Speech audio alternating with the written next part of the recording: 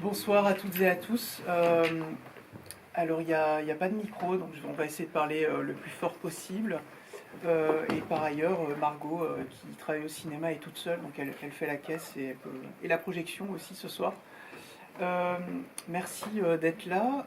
C'est du coup une reprise de Mirage de la vie, le ciné-club que je programme. Il y a eu une petite pause et puis on reprend maintenant, avant c'était le mardi, on reprend le lundi. Ce soir, j'invite Öykü Sofoglu, qui du coup est critique et journaliste pour Emitai et Outskirt Film Magazine, c'est ça. Oui. Vous allez voir un film de Ferzan Özpetek du coup de 97, c'est son premier film. Il est turc, il s'est installé en Italie à 21 ans, où il a fait ses études à Rome. Et puis voilà, on vous en dit pas trop plus sur le film. Est-ce que tu veux dire deux mots sur les revues pour lesquelles tu écris? Oui, surtout merci de m'avoir invité ce soir. C'est vraiment un plaisir d'être ici avec vous tous et toutes. Comme on vient de faire le lancement d'Emitai en janvier, donc pour parler très brièvement, c'est une revue sur la critique décoloniale et sur le cinéma politique et décolonial. Donc nous sommes 7 maintenant, rédacteurs, rédactrices. Donc vous pouvez trouver nos podcasts, nos entretiens sur emitai.fr. Donc on a fait surtout un dossier de lancement qui se concentrait sur nos parcours avec des textes très personnels, dans lesquels je parle aussi de regard de l'autre en Turquie aussi, à travers James Bond. Donc je vous invite peut-être à regarder, jeter un coup d'œil sur le site, parce que je pense qu'il y a quand même des thématiques qu'on évoquera à la fin du film, qui rentrent pas mal dans la perspective qu'on essaie de privilégier dans Emitai. Voilà. Bon, écoutez, merci beaucoup Öykü, et puis bon film à vous. Restez après, parce que je pense qu'il y a vraiment des choses oui. Qui méritent d'être discutées. D'être discutées et critiquées dans le film, je pense. Ouais. Bon, on va voir quand est-ce que se lance le film. Peut-être qu'il y aura un moment de latence, parce qu'elle est toute seule à la caisse. Donc voilà, désolé, à tout à l'heure. Merci. Ouais, il y a quelques personnes à la caisse, donc je pense que... Tu restes à la caisse, du coup. Ok. Oui, merci. Moi, je disais pas ça pour ça, mais... Merci. On vous laisse sortir un peu du film avant de commencer.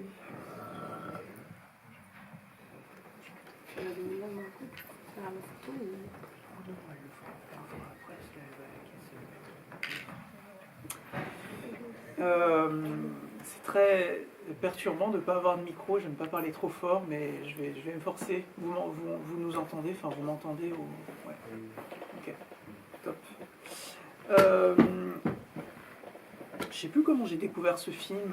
Bon, il y avait une histoire gay, en tout cas bi, quand j'ai revu le film, ce dont je me suis rendu compte. Il y a un moment déjà, il y a très longtemps.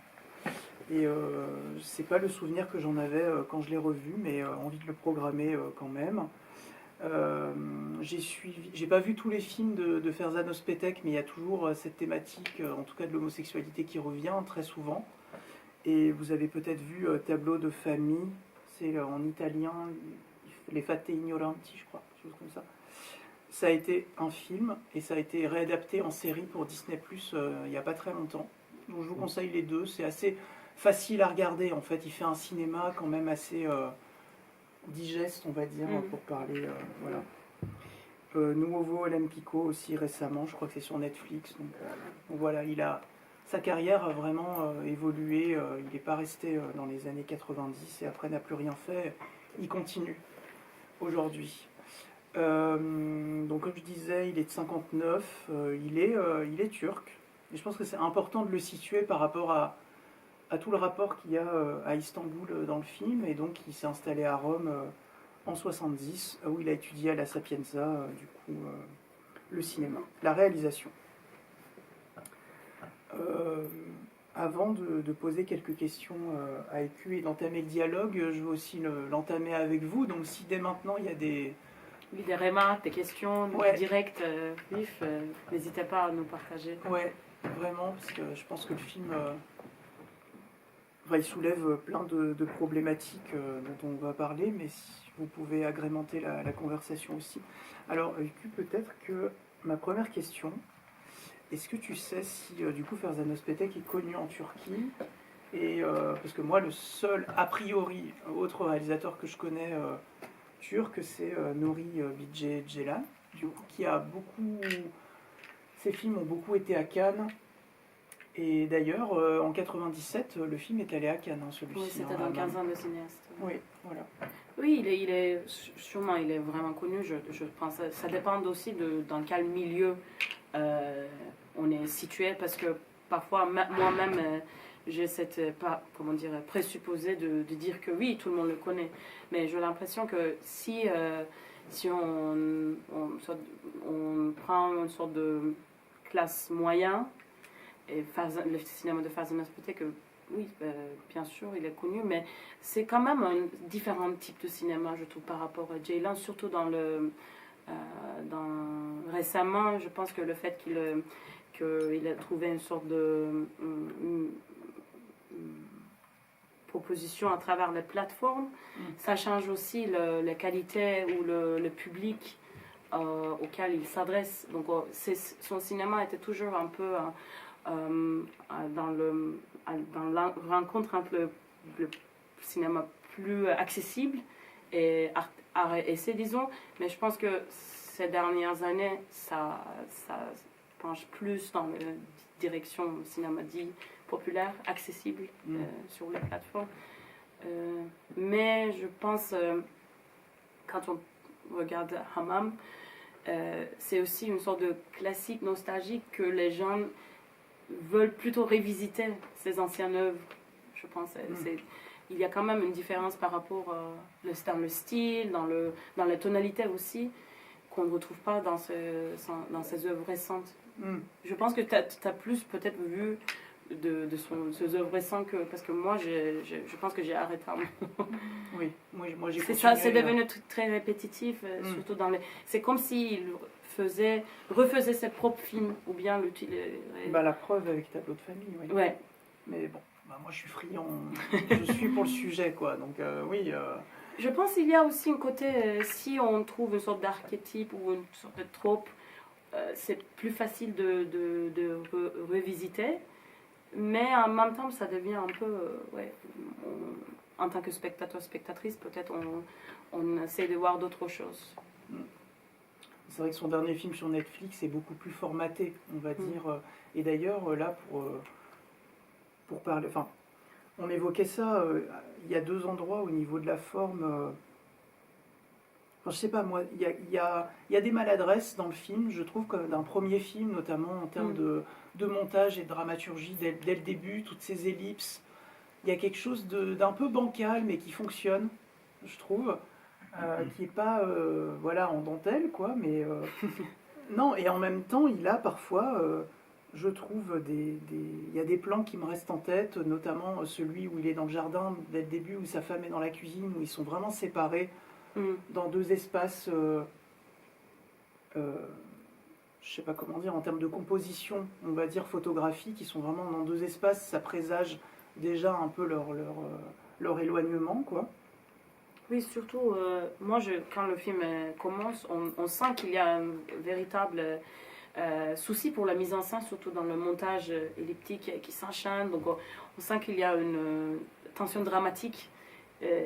Donc, le fait qu'il va apprendre la mort de sa tante, mais ça disparaît trop vite parfois. Donc il y a des moments, tu vois une sorte d'éclat de réalisation, une sorte de souci ou d'un enjeu. Donc il va vraiment faire quelque chose et qu'il veut aussi le spectateur, spectatrice remarque ce qu'il va essayer de faire, mais parfois il y a aussi d'autres scènes ou d'autres moments qu'il coupe parfois très, très tôt, et tu te dis pourquoi il a coupé ici. Donc comme si il manque quelque chose dans la mise en scène ou de rythme, surtout dans le rythme, je trouve, parce que par exemple, l'espace de l'hammam, l'architecture devait prendre beaucoup plus d'espace dans ce film pour moi.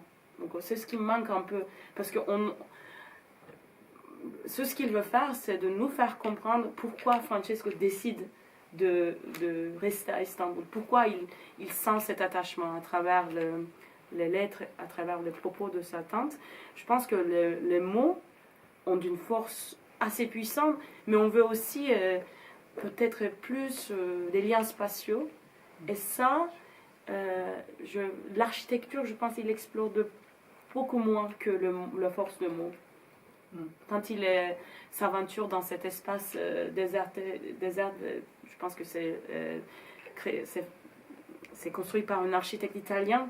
Donc après, Martha, elle aussi visite le même endroit.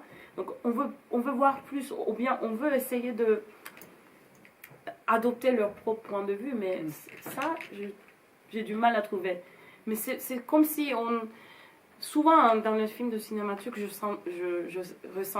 j'ai ce sentiment. C'est comme si je moi-même projetais des images qui n'existent pas dans le film, mais que j'aurais envie qu'ils soient là. J'ai parlé trop. Non, pas du tout. Vous avez des partages ou des interventions à ce propos, je sais pas. La musique, qui participe aussi à quelque chose de la dramaturgie dont on parle dans l'ellipse, etc. Mais au-delà du rythme qu'elle donne, tu parlais d'un certain type de musique tout à l'heure, ouais. Je crois, il y a ça, mais plus globalement, comment utiliser la musique dans le film en termes avec une approche culturelle, toi t'en dirais quoi que c'est Je pense que surtout avec le moment où il arrive à Istanbul, donc il y a déjà sur un côté, on peut annoncer qu'il va aller à Istanbul avec cette musique un peu qui préfigure l'espace avant d'aller. Je pense qu'il y a certaines images ou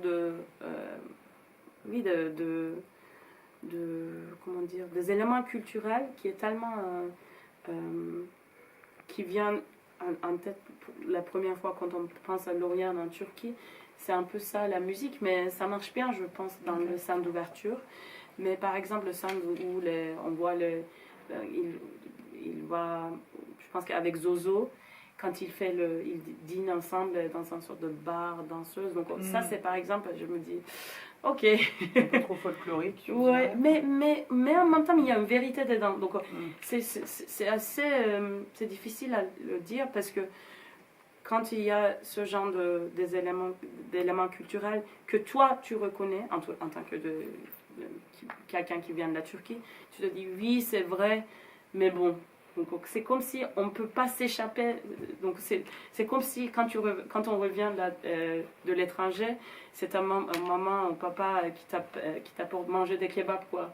Donc c'est très cliché, mais quand même ça existe. Moi je mange pas de kebab, mais bon. Moi non plus. Du coup, Lisa et Arnaud. Lisa. Ah oui. Je sais pas. Vas-y. Choisissez. J'avais juste une question par rapport à la représentation du hammam. Je ne sais pas si dans le cinéma turc, quel symbole ça a, parce qu'en fait, je vois le hammam, comment il est représenté par l'Occident, et c'est un peu, ce qu'on y associe, c'est un peu ce qu'on attend et ce qui se passe, cet endroit entre hommes, un peu homo-érotique, puis carrément ensuite homosexuel. Mais est-ce que c'est le cas pour le cinéma turc?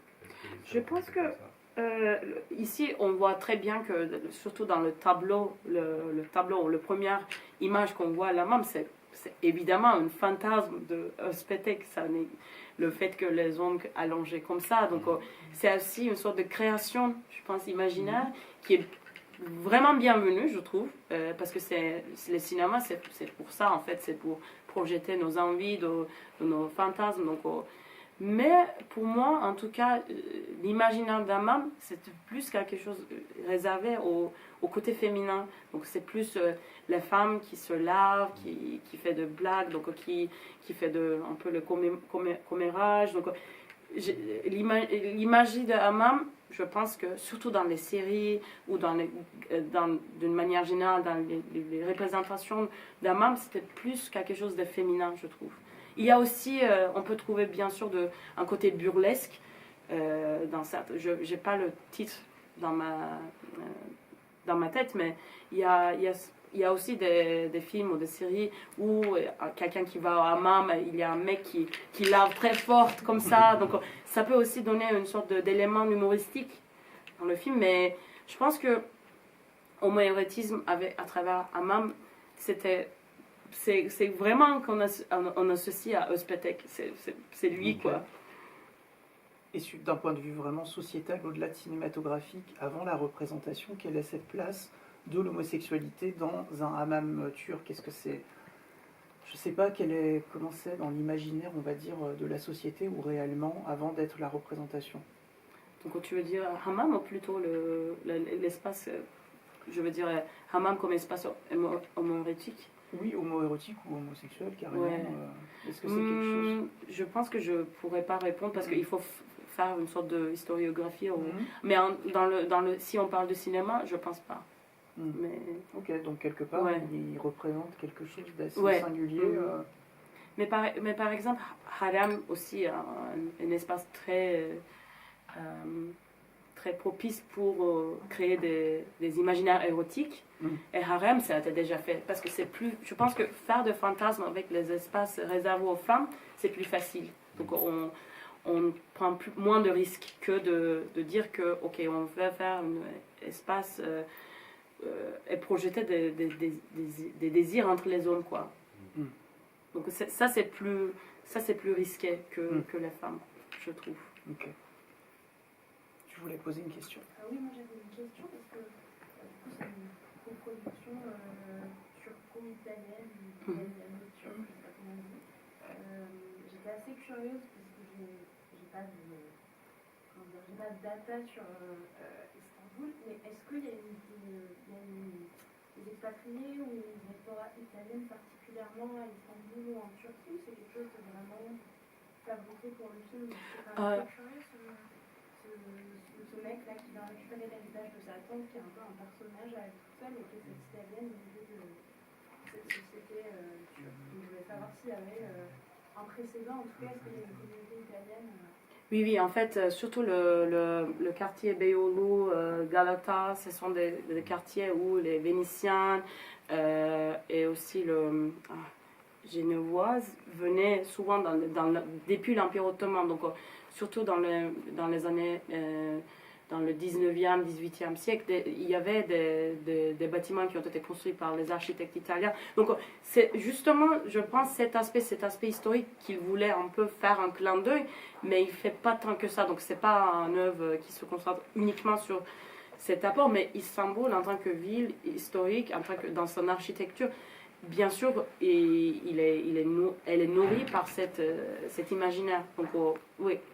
Je pense que c'est pas une création fictive qu'il invente, mais juste prend une partie pour faire un ancrage plutôt narratif, quoi.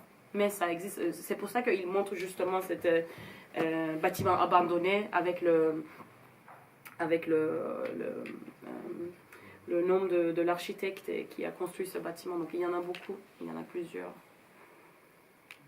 Il y a beaucoup de productions entre les deux pays? Non, je pense pas. Je pense on associe souvent Ferzan Özpetek Italie. Mais je sais qu'un acteur turc très connu depuis quelques temps est beaucoup connu aussi en Italie qui s'appelle Can Yaman. Mais bon, c'est plus les séries, le côté série, je dirais. Mais c'est pas comment dire, une sorte de... par exemple, j'imagine que les accords de coproduction entre l'Allemagne, où il y a un lien historique beaucoup plus fort et beaucoup plus économique, ça doit être beaucoup plus que l'Italie, par exemple. Ça, c'est véritable parce qu'il y a des gens qui sont partis dans les années 60. Ouais. Il y a une véritable diaspora là-bas.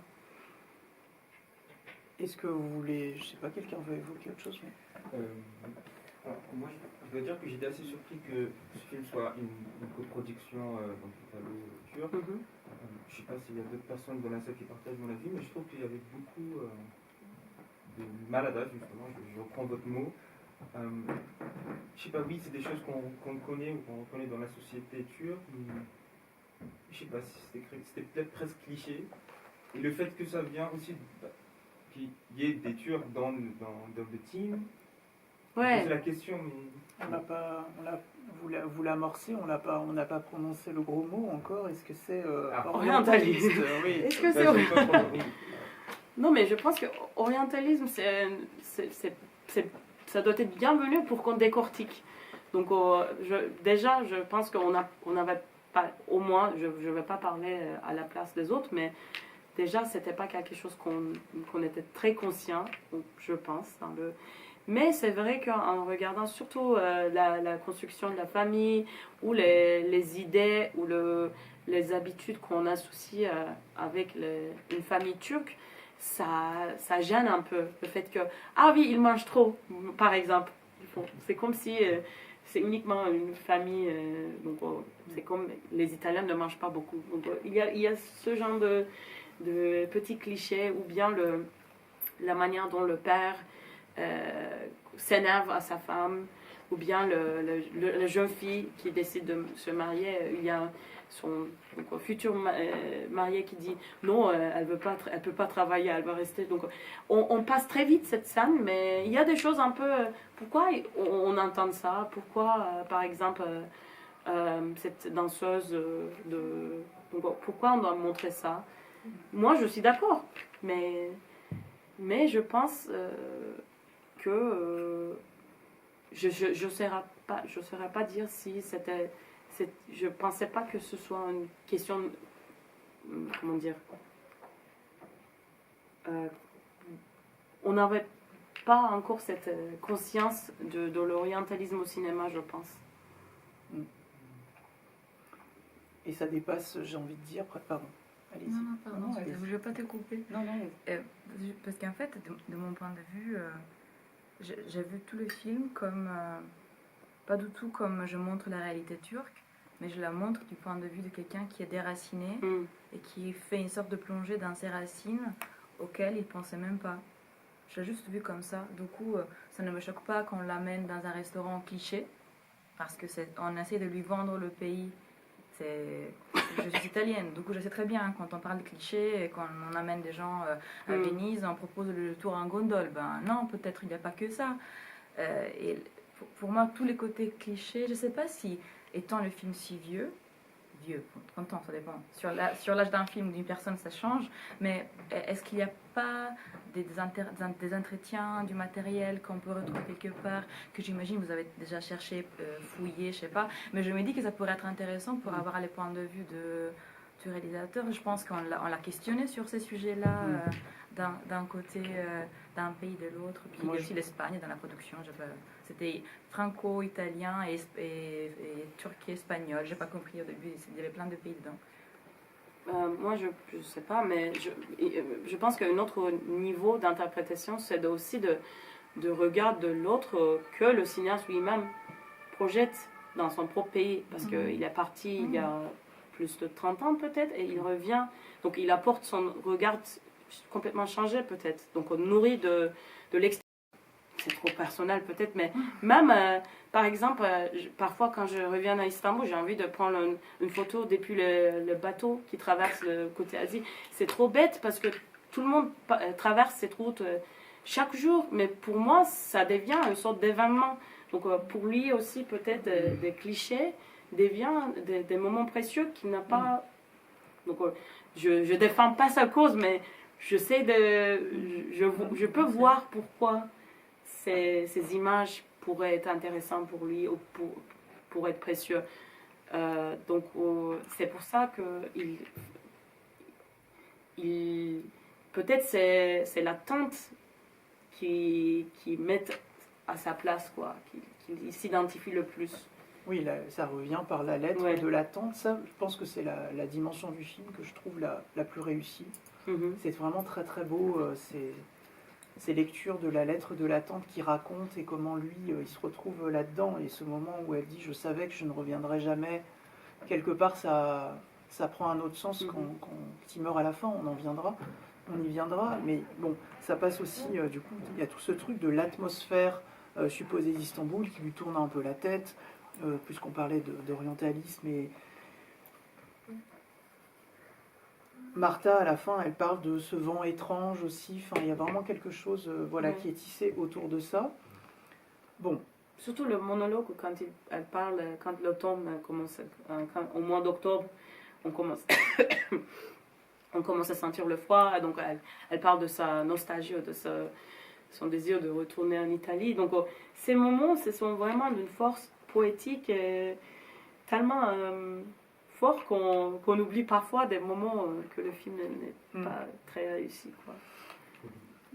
Mais en tout cas, c'était l'effet que j'ai et que le film a eu sur moi. Donc, c'était ce moment fort font oublier un peu les... Je voulais dire un truc, mais j'ai oublié.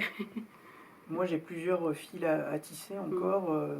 J'essaye, à force quand même de tourner autour du... il y a d'autres choses que je voudrais évoquer qui sont tout aussi importantes, mais bon, le fait qu'il meure à la fin, j'ai l'impression que c'est un espèce de trope biphobe, homophobe, on va dire, parce que le personnage meurt à la fin, et en plus, il est comme puni, en fait, de plusieurs choses, d'avoir exploré ce pan-là de sa sexualité, j'ai l'impression, et aussi par... pas arrogance, mais d'avoir cru qu'il pouvait... vivre là-bas, appartenir. Vivre là-bas, et puis aussi ne pas respecter... pas respecter, parce qu'il respecte, mais ne pas... prendre en compte le mec le prévient, quoi. Il lui dit que ça va mal tourner, mais lui, il décide de pas y faire attention. Mais, comme tu disais, je trouve que ça tombe... C'est vrai, ça tombe un peu comme un cheveu sur la soupe... ce poignardage bizarre, alors qu'il n'y a pas eu dramaturgiquement non plus des... Ouais, on sent comme si on a au départ cette confrontation avec la dame qui veut construire ces complexes de bâtiments. Mais entre-temps,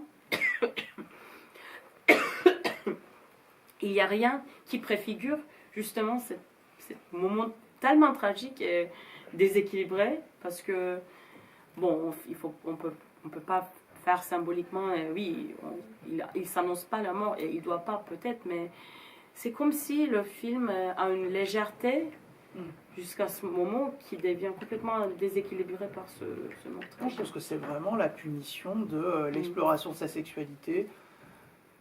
Après, il y a plein de symbolismes, il est entre deux continents, il y a quelque chose comme ça, d'autant plus que sa femme le trompe avec leur meilleur ami, c'est dit dès le début, et elle survit. Je veux dire, il y a aussi, elle est tout aussi infidèle que lui. D'ailleurs, après, le rapprochement qu'il y a est assez beau à cet endroit-là. Mais en attendant, non seulement il lui arrive rien, mais en plus, c'est elle qui a le dernier mot en racontant finalement son histoire à sa place, en disant, après tout, cette ville est un peu, Et il y a aussi le moment où elle les surprend. Et ça, c'est un autre trope, j'ai l'impression de toujours voir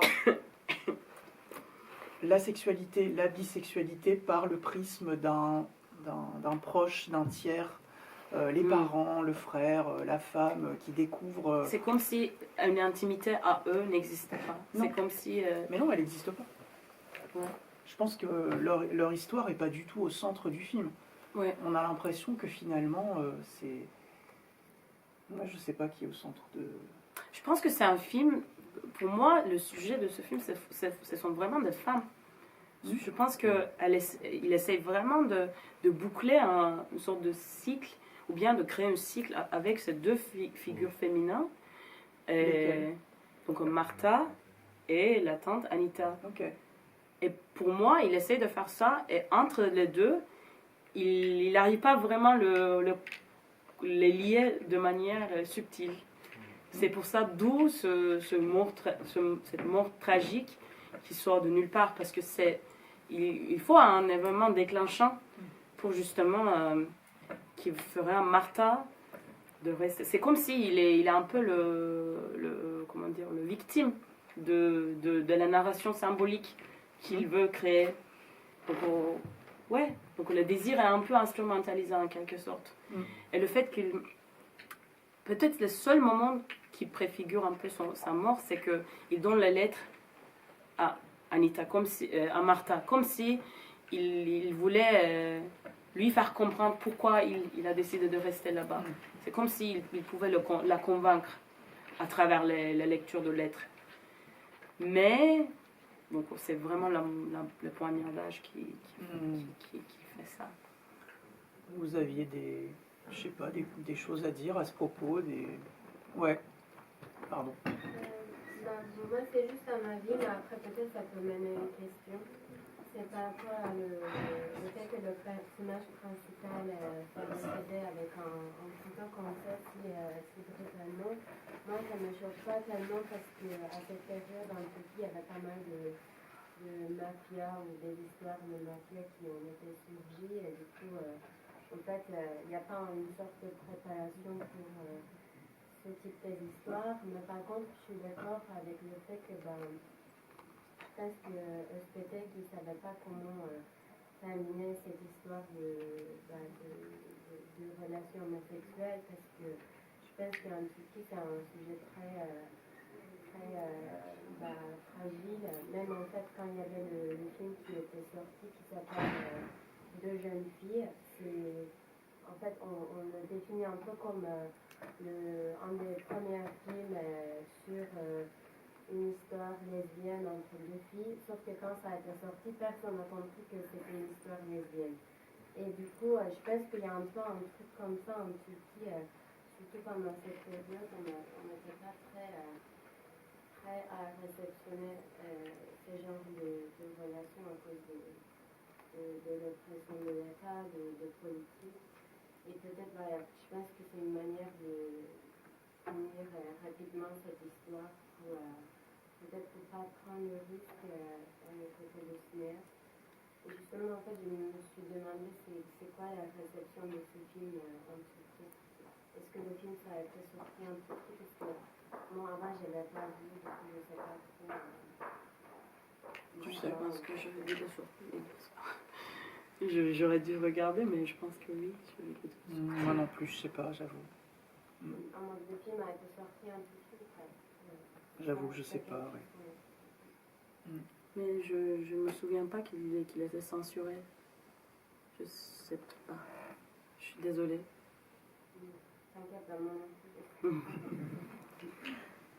Moi, je veux relever encore d'autres choses qui me semblent importantes dans le film.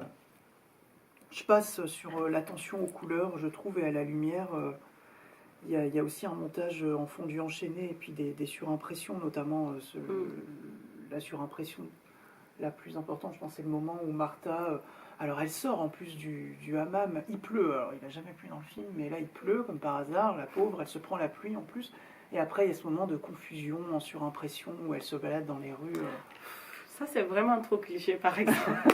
Il y a peut-être c'est à force de voir beaucoup de films, pardon je t'ai coupé. Non, pas du tout. Non, ok. Comment on regarde une ville? Je pense que c'est une question intéressante de comment filmer quelqu'un qui découvre une ville. Parce que quand je regardais encore une fois, je me suis dit, il peut y avoir d'autres manières de filmer quelqu'un qui découvre une ville. Pas uniquement en regardant en haut comme ça, mais je sentais que quelque chose manquait dans l'expression de sentiment de découverte. C'est trop facile de filmer quelqu'un qui fait ça. Comme ça. Elle est confuse. Elle est confuse. Martha? Oui. Non, avec surtout, je sais pas, c'est très fragile comme image, je trouve. Moi, je me sentais pas très convaincue de cette sensation de découverte. Ouais, moi non plus. Je trouve ça un peu expédié. C'est les moments où en fait il veut passer vite. Ouais, voilà. Mais alors que c'est à travers ces moments qu'on aurait dû sentir comment dire, son attachement en train de petit à petit, ou de fascination, sa fascination quoi.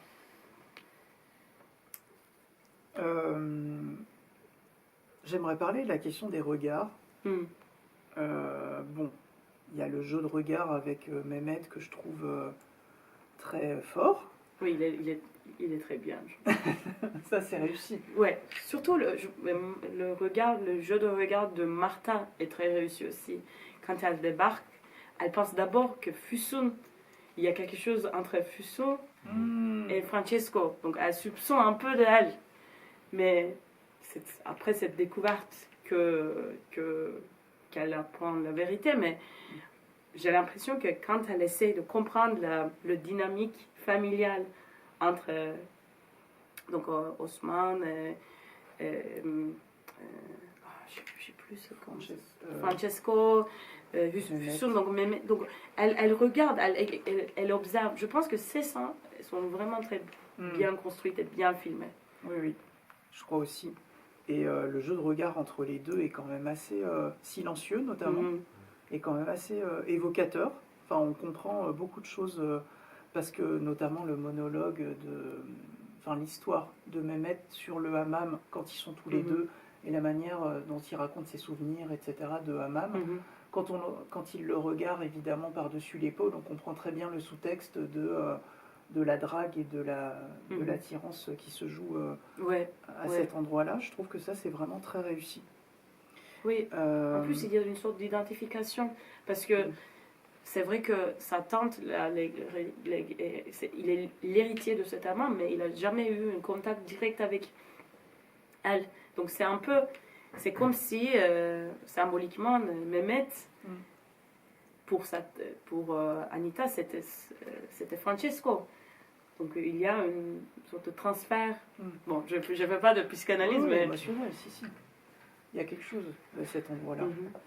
Bon, il y a le moment où il regarde les photos de son père, etc., quand il fouille la malle. Et puis il y a ce moment très étrange, voyeuriste, où ils vont tous les deux par le toit regarder le hammam des femmes. Je ne sais pas trop comment l'interpréter, vu ce qui se joue entre les deux.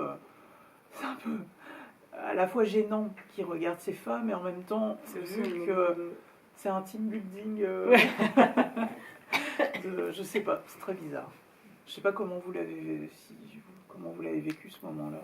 Moi, justement, j'ai l'impression que le film je pourrais le diviser en deux parties. Il y avait la première partie où j'avais l'impression qu'il y avait checkboxing, où on avait tous les clichés, et notamment cette scène de voyeurisme. Et puis la deuxième partie où j'avais l'impression que on garde les mêmes personnages, mais on change le registre. Yeah. Et là, ça devient plus sincère et c'est un peu donc on a surpris ces deux versions un peu qui coexistent. Et vous le mettriez à l'endroit où Martha elle arrive, par exemple? Je sais pas, j'ai pas assez de données pour je dois le revoir pour le délimiter dans le temps. Il y a aussi ce côté sur le changement de façade urbaine de l'Istanbul. On passe vraiment à côté de ce sujet. Donc parce que ce sont des quartiers anciens dont les bâtiments sont souvent dans des états assez fragiles. Donc c'est pour ça que, bien sûr, même à l'époque, des gros investisseurs voulaient acheter et transformer le paysage de la ville, et qui devient encore plus qui est devenu encore plus problématique aujourd'hui. Donc je pense que en regardant du point de vue d'aujourd'hui, on projette, en tout cas moi je projette aussi cette envie de savoir plus sur ces questions, parce qu'il était déjà présent dans les questions urbaines, dans les questions sociales du pays, mais le film ne va pas beaucoup dans cette direction, quoi. C'est juste, il y a un moment dans le quartier où il dit « Ah non, cet avocat, il voulait nous duper parce qu'il voulait vendre tous les bâtiments dans les quartiers donc les investisseurs. » Donc on s'attend donc il y aura une solidarité, un machin. En tout cas, c'est comme ça que je voulais qu'il va dans cette direction, mais non. On imagine un peu. C'est plus, ça fait travailler l'imaginaire, le film de cette époque, je trouve. Est-ce que vous avez, je sais pas, un dernier partage à faire? Oui. Moi, j'ai une question. par rapport à la question de la langue dans le film, je trouve que c'est assez intéressant parce que ça touche vraiment ce truc par rapport à la Turquie qu'à l'époque on croyait que la modernisation, le peuple turc et l'État croyait que la modernisation puisse exister à travers la langue étrangère, la culture étrangère. Et du coup, il y a un peu ce truc, je trouve, tous les personnes qui parlent en italien ont un peu cette image d'une personne moderne, alors que les autres personnes n'ont pas trop le droit de parler en fait. Mais complètement. Mais complètement. En plus, ils sont très déracinés. On ne comprend pas d'où, de quelle classe sociale ils viennent, parce qu'on projette sur eux aussi une sorte de conservatisme de famille nucléaire. Donc, on vit le père qui veut sortir, et donc la fille qui veut se marier, donc son père qui l'approuve, cette décision. C'est comme si ils habitent en eux une sorte de contradiction complète à propos de la société turque, parce que on s'est dit, bah ok, donc cette madame qui les a appris, mais c'est comme c'est représenté d'une telle manière que c'est comme si c'est donné d'apprendre une langue étrangère, alors que pas forcément. Donc qui sont ces gens, pourquoi ils habitent là, donc on n'apprend rien en fait sur cette famille. Donc je pense qu'une des moments faibles du film, c'est aussi même après la rencontre de Francisco, même s'il commence à se sentir proche de cette famille, on n'apprend à la fin rien sur leur vérité, leur réalité sociale, leur réalité intime. Ils restent au niveau de les représentations. Ils ne deviennent pas des véritables personnages, je pense. Ça, c'est mon grosse critique. Mais la langue, je pense que ça contribue aussi à cet aspect. Parce que normalement, si quelqu'un parle une langue, ça te donne une information sur leur passé, sur leur parcours. Mais non, ici, c'est juste une donnée que le film attend de nous de ne pas questionner. Mais ça revient, je pense, à la dimension finalement assez symboliste du film, qui est maladroite et qui se voit pas tant que ça, mais finalement, je pense que son ambition, elle est plus symboliste qu'un drame, on va dire. Il y a quelque chose de l'ordre de un peu plus de la tragédie. Je veux pas donner de gros mots non plus, c'est pas une grande tragédie, mais je pense qu'il y a plus une ambition tragique, enfin de la tragédie que du drame familial ou bien de couple. C'est vraiment plus symboliste, quoi. Il est vraiment entre ces deux continents, entre ces deux pays, partagé entre voilà, sa femme et Mehmet. Enfin, il y a quelque chose comme ça, de retrouver ses racines et tout ça. Ouais. Peut-être je peux ajouter un truc. Je ne sais pas combien de personnes utilisent Letterboxd ici, mais pour suivre un peu de garder le trace de films qu'on regarde, mais j'ai l'impression que les nouvelles générations veulent aussi revenir un peu à l'arrière pour voir. Par exemple, tu parles de deux jeunes filles, donc ça c'est aussi une sorte de sensation qui à l'époque était en grande, comment dire, il y a cette film sur deux femmes qui ont une relation. Donc Hammam fait partie aussi de cette classique, disons entre guillemets. Donc les gens ont entendu parler et veulent revisiter pour justement cette mérite. Tiens, à l'époque il y avait ce film. Et je vois par exemple des gens qui disent je suis venu pour regarder ce film, mais il n'y a qu'une seule scène où des hommes s'embrassent. Il n'y a pas beaucoup de choses, donc ils se sentent déçus un peu. Mais quand même, c'est important, je trouve, qu'il y a une volonté de revenir en arrière, une sorte d'enjeu de faire peut-être une historiographie imaginaire de la représentation queer. Et c'est pas le premier film d'abord. Mais pour ça, je vous conseille surtout un documentaire que j'aime beaucoup qui s'appelle Scenes I Imagine. C'est un film réalisé par Metin Akdemir. Donc il fait une sorte de projection imaginaire de films dans l'histoire de la cinéma turc où on s'approche à une sorte de représentation, mais pas vraiment. Donc dans des films qui datent des années 80, femmes s'embrassent, mais on coupe. Donc il imagine qu'est-ce qu'aurait pu être après cette coupe. Donc il travaille avec des actrices qui réimaginent ces scènes avec des versions fictionnalisées. Donc il fait de reconstitutions, disons, dans lesquelles il imagine l'après de cette coupe. Voilà.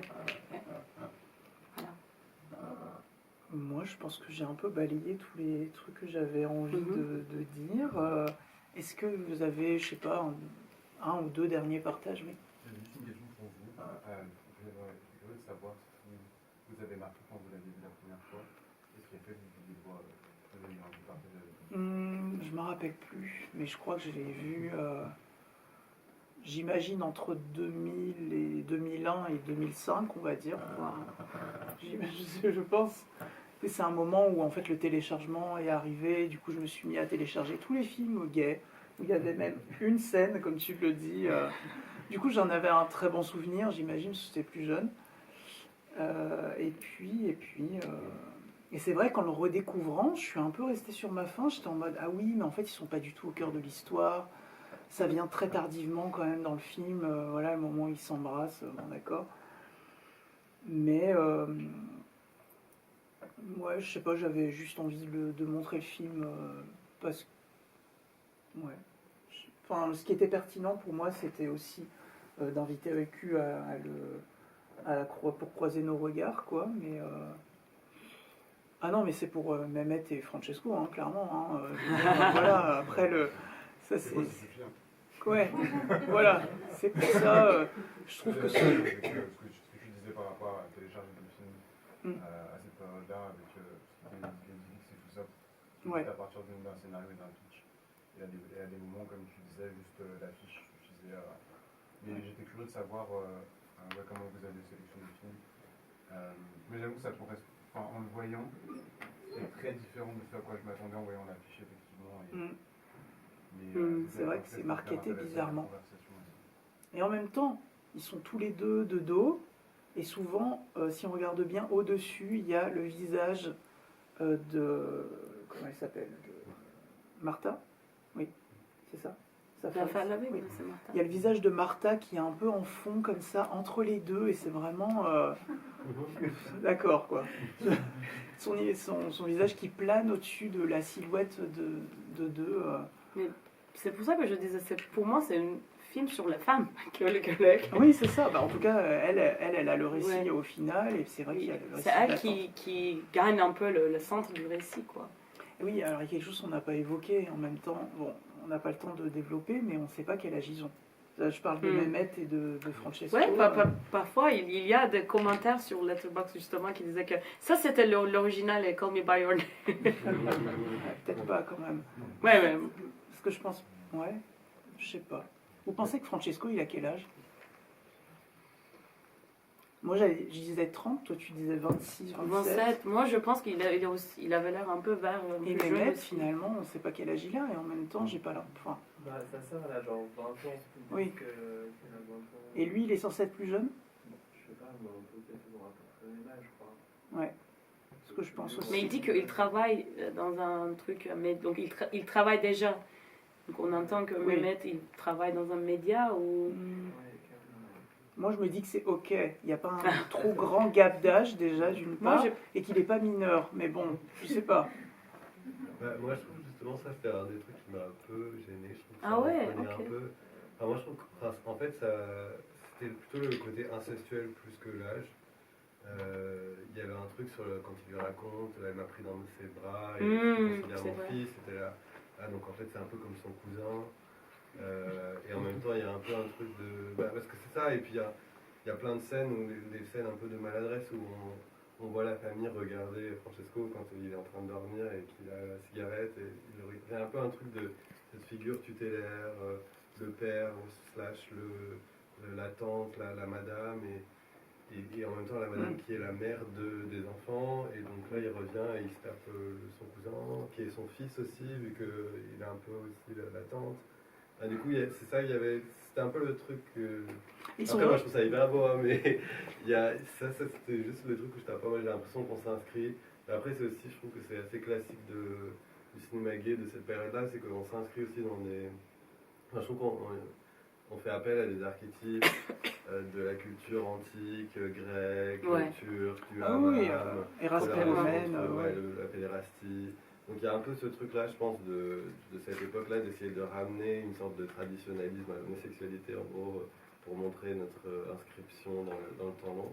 Et en même temps, c'est des sujets qui sont, je sais pas, peut-être pas... Mais Francesco, il fait pas faune quand même, tu vois, c'est pas un... Il fait pas quoi? Faune, enfin c'est pas un vieux creepy non plus. Non, quoi, non, tu c'est pas vois, du tout. Mais il fait pas creepy, mais c'est juste que les paramètres de leur relation, elles sont hyper familiales, quoi. Oui. Il y a un truc... Mais ils sont pas vraiment cousins par contre. Ils sont pas vraiment de la même cousins, famille mais parce c'est- que, Il y a quand même un moment où ils partagent ce truc-là de oui, le hammam, l'endroit où ils vont s'embrasser. bien sûr. C'est l'endroit où la tante l'a amené, lui a dit tu es mon fils. Et elle l'a pris dans ses bras. Enfin, il y a un truc un peu Oui, symbolique justement. Oui, oui, complètement. Mais bon, Non mais on après, l'évoque, de toute voilà, façon c'est là. Hein. pour Et moi, en même temps c'est- ça s'inscrit dans une histoire. Enfin, Ouais, ouais, peut-être. Est-ce qu'il y a quelqu'un qui veut, je sais pas, dire, on a pour une question, une intervention encore si vous voulez. Bon, si c'est pas le cas, on va terminer là. Je vous encourage à voir, peut-être pas tout, mais Tableau de famille, j'aime bien quand même, comme film et série aussi. C'est 2001, puis après la série c'est beaucoup plus tôt. Et puis est-ce qu'on peut annoncer la prochaine date? C'est 1er juin, c'est ça? Non? Si? mai Hein? Le 28 mai, je crois. 28 mai? Non. Non, en Je mai, crois, alors. en mai on n'a rien Je fais daté. confiance. Bah, j'aurais bien aimé. Je- Non, en mai, je crois qu'on n'a rien daté. 1er juin, bon, vous verrez, mais on dit le film aussi. Oui, surtout le film. Ok, du coup, c'est Pandora. Pandora and the Flying Dutchman, du coup, de Albert Lewin. Beaucoup plus classique, voilà, avec Ava Gardner, magnifique, nuit américaine, etc. Et donc, pour éclairer ce film d'une photo extraordinaire, j'inviterai Victor Zebo, qui est directeur de la photographie, pour en parler. Voilà, 1er juin à 20h. Merci beaucoup à vous. Et, bonne soirée. Merci, Eucule.